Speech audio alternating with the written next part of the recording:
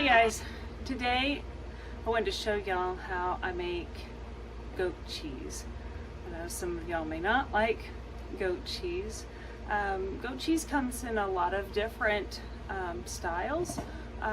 Most of the time, I think it's called chèvre, and it's supposed to be usually a soft, spreadable cheese. The way I make it, or the way I've made it the past few times, it's more like feta. I love feta. So I think it's just because it's really hot that it turns out that way. But I've had it before where it's a hard cheese, like Parmesan as well. So there's different ways that it's made. For some of y'all that say you don't like it, it could be, I found out the hard cheese that I had, I didn't like it. And it tasted like a buck in rut. If you've ever smelled a buck in rut, it's very musky, and that's what this cheese tasted like. And that is not something I really want to taste. I don't like the smell, and I definitely don't want to taste it. So, but this is a cheese that you can make. Like I said, it to me tastes just like feta. So to make this, it's really, really simple. I found a recipe that just uses ingredients that I have around the house. There's lots of different recipes out there. It does take probably a couple hours to make this. A lot of it's just letting it sit. The hard part's kind of getting this to heat up. So this recipe that I'm making today is a double recipe. I've never made it as a double recipe. So, but if I'm going to tell you as a single recipe, you want a quart of raw goat's milk that's not pasteurized, so just raw. You can have it filtered, so like, you know, milk your goat, or have a friend, whatever, milk their goat, filter it, and then through, I guess, a strainer of some kind, and then, you know, you can refrigerate it. This has been sitting in the refrigerator for a couple weeks. I just haven't had the time to get to this. So that's what you want to do, is get that raw milk. The other thing you're going to need is a 1/3 cup of lemon juice and 2 tablespoons of vinegar. Those are the only ingredients. Well, there's salt. You'll want some salt. I usually add some, what do I add? A little bit of basil to it in the end. You can add whatever seasonings, herbs you like. I think I had rosemary last time. I think I added too much rosemary, so it was a little crunchy. But yeah, you just, somebody said they put ptarmigan. I don't know that I've ever used that in mine. So basically what I'm doing is, you want to heat the milk up slowly. You want to heat it up slowly. And this can take, it says about 10 to 12 minutes to heat. And what you, this is a meat thermometer. I don't have one that sticks on this thing. And this gets really hot, so I have to use an oven mitt to hold on to it, because the outside of it gets hot too. So I'm just going to check real quick. And you want to make sure you don't leave it sitting on there, because then it'll sit on the bottom of your pan, and you're going to get the temperature of the bottom of your pan. So where are we at so far?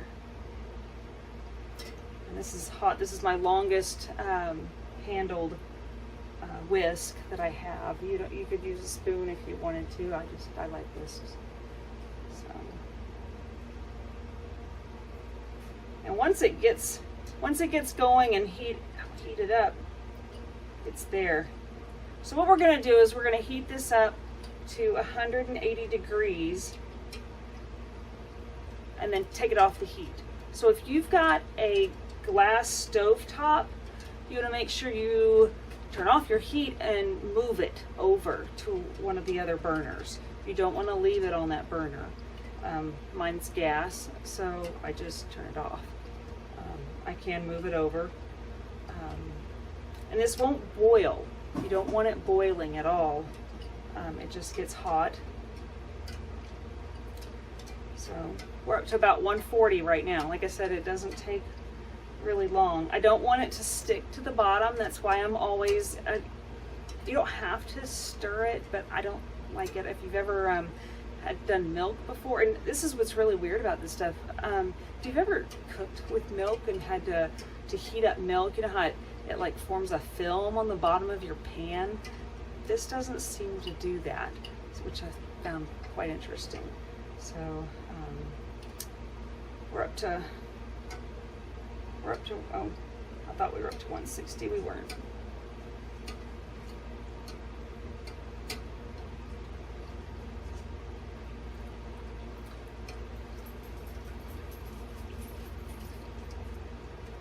I'm gonna keep working on this. When we get up there, I'll get back to you. All right, we're just at about 180. Not quite there yet. Okay, we've hit 180. So I'm turning this off. It just clicked at me. All right, and now I'm adding lemon juice. So I'm adding lemon juice into all of this. I give it a little bit of a stir to blend that in. And then I'm going to add the vinegar.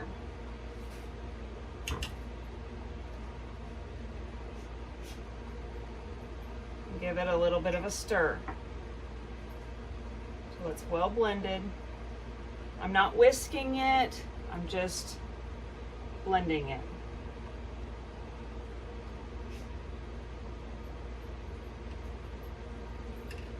And you can see a little bit the curds on this. So what it's going to do now is it's going to form the curds, and the curds are really tiny. I don't know if you can even see on here. They're these little, it's just little bitty, it looks like it's like foam. It's really small, but you'll see it here in a little bit.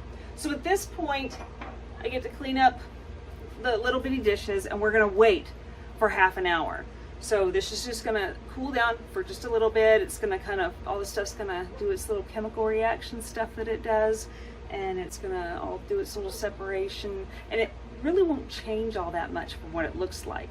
I'm gonna get my other stuff ready. So what I'm gonna need next is a colander and some cheesecloth.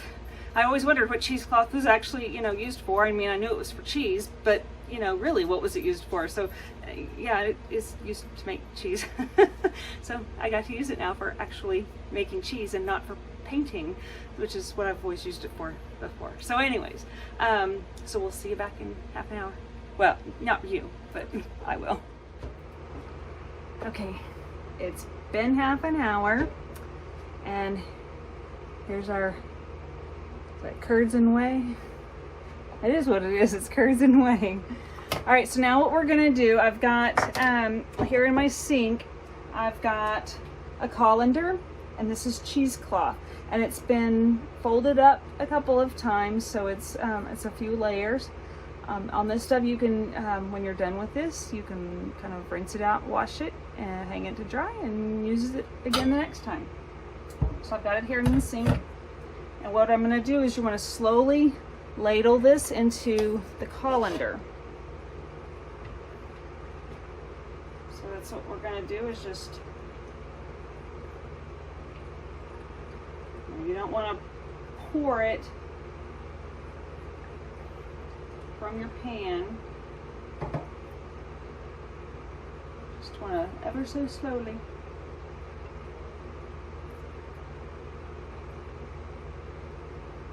I don't know if y'all can see that in here.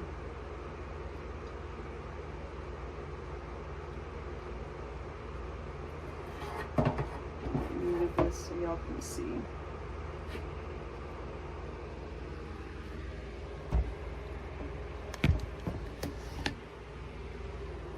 Come over here so you can see all the fun and the action.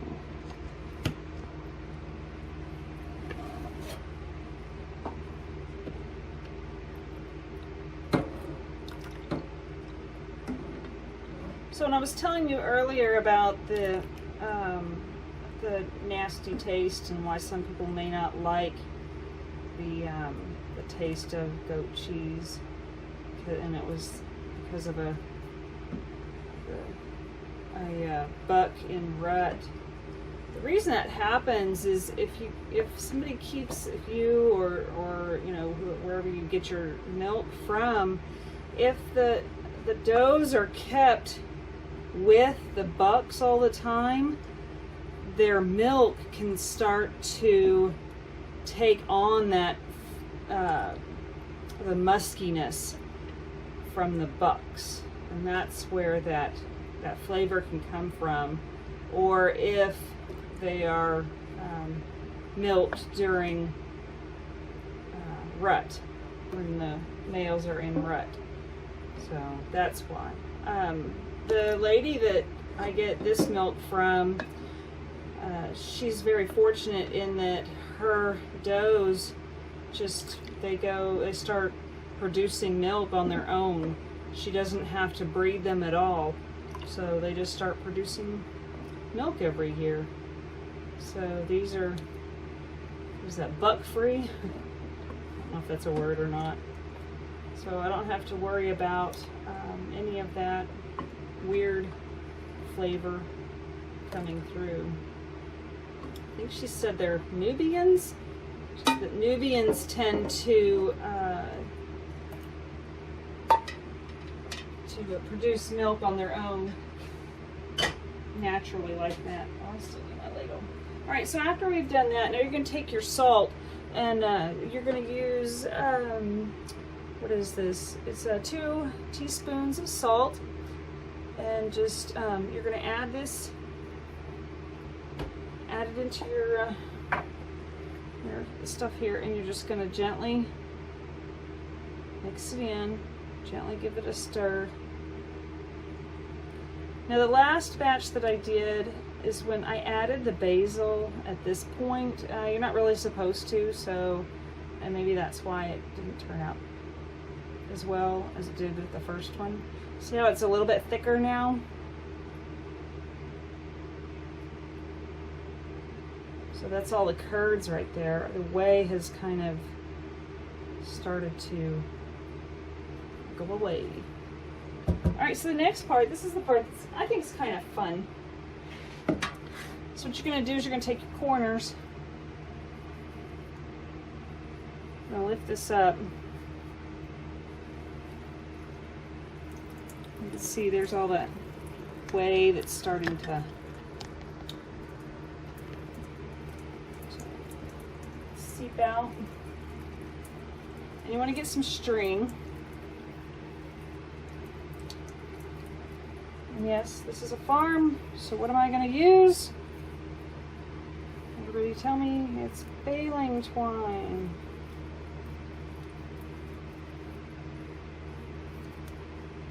Because that's all I have in the way of string. It's clean, don't worry about it. It is clean. So I'm going to tie this off. So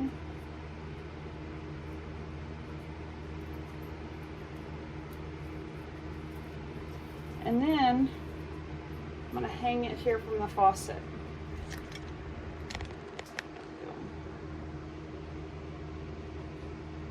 This is the fun part because nobody gets to use the sink. I think it's just going to hang here for an hour.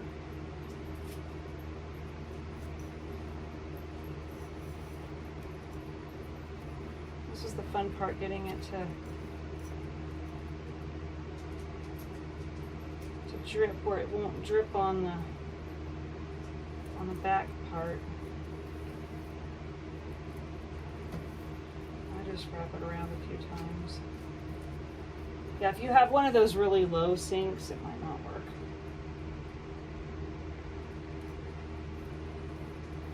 All right. Okay. So now we just wait for an hour and we'll come back to this.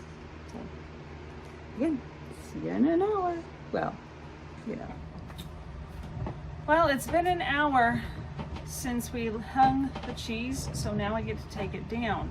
Now, the original recipe that I have says to put it on a cutting board and to roll it, that it should form kind of like a cheese log. But like I said, in the past, it hasn't done that. It's always been, I guess, too hot here. Like I said, we don't have air conditioning, so, and it's been summertime, so it's usually in the 90s here. So it's a little bit cooler tonight. So we're gonna see how this holds up. Do I have feta cheese or do I have spreadable kind of cream cheese here? So get you down here. I did this on a plate. So we're gonna open this up. So it's kind of a, see, I have a crumbly cheese. That's what I've got. So, but that's kind of what it, so if I tried to form this into a ball, if I try to form this into some type of log of some kind, all it's going to do is just crumble apart. So at this point, what I'm going to do is I'm going to grab me a fork. I'm actually going to just put this on this plate. And I'm going to add my seasonings to this. So I'm adding some basil, and I think I'm gonna go with, I don't know, maybe some, change it up a little bit. I'm gonna kind of, like I said, this is really crumbly. I love cheese like this. This stuff is so good. So what I'm gonna do, let's see, I got my basil here. Just gonna kind of sprinkle some of this on here, not a whole lot. Got some, what do you think, cilantro? I know some people don't like cilantro. I love cilantro. Just a little bit. Like I said, just change it up.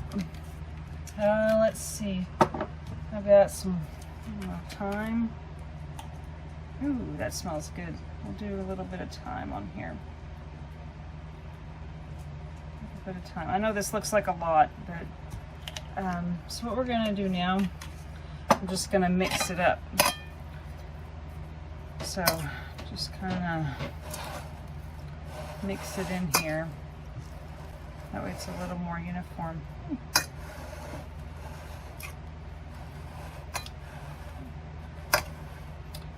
I don't have spots that aren't,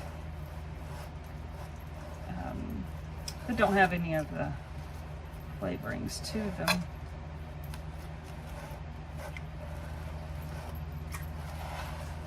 I know it's a lot of big old plate of cheese. Take a little bit of it.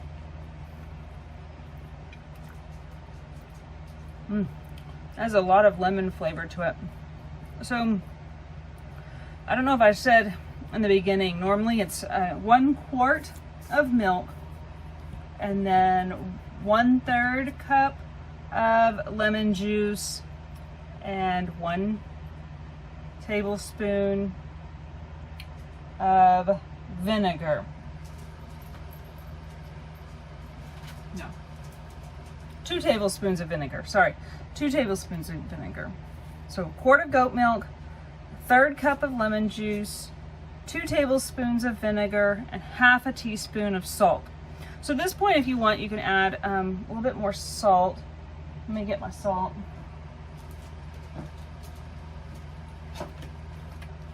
I'm just gonna add just a little bit more, just a tad. Just a touch, not a lot. Anyway, so when, like I said, I doubled up this recipe, and when I did that, it was just a little bit under of the 2 quarts. So when I did that, I should have probably cut back just a smidgen on the the lemon juice and vinegar. That's why it's a little bit lemony, but I like lemon juice too, so that's okay. So anyways, I'm gonna, what I do next is usually just put this in a container. I found an old one of my feta containers from before, and so I'm just gonna put this into this container. Usually I use any type of you know, little Tupperware container I have, just whatever I've got, little, you know, packaging. So just put it in there and put it in the fridge, and I'm not sure how long it lasts. Mine usually doesn't last much longer than a few days. So that's it. That's how easy it is. So like I said, it takes a couple hours just, you know, for letting the stuff sit, but that's how easy it is to make. And knowing that it's all natural, totally fresh. There's no preservatives in this. I didn't have, you know, there's no weird, you know, chemicals of any kind that, you know, are in some of this stuff. I mean, if I read this container of I don't know what's in this normal feta cheese. Let me see. It says pasteurized, part skim milk, cheese culture, salt enzymes, powdered cellulose to prevent caking. And what is this? Natacyanin or something, a natural mold inhibitor. So, you know, I don't have any of that stuff in mine. It's, you know, lemon juice, vinegar. So we've got acid and milk. It just sounds really fun right there. So anyways, that was it. It was simple. So if you ever want to make some goat cheese and feta, that's how easy it is. You know, maybe you can make some of your own. Let me know how it turns out. Does yours end up in a cream log? You know, maybe if I don't let it sit so long, maybe if I take it instead of sitting for an hour, like it says, if I, you know, maybe half an hour, maybe then it would be creamier and not dry out so much. So I'll have to try that sometime. But I don't know, I really like it like this. So I may just kind of keep doing it this way because I really like it. So, but I can't spread it on anything, so that's okay. I like to just eat it straight like this, grab a spoon and just go to town. So anyways, till next time, y'all have a good day.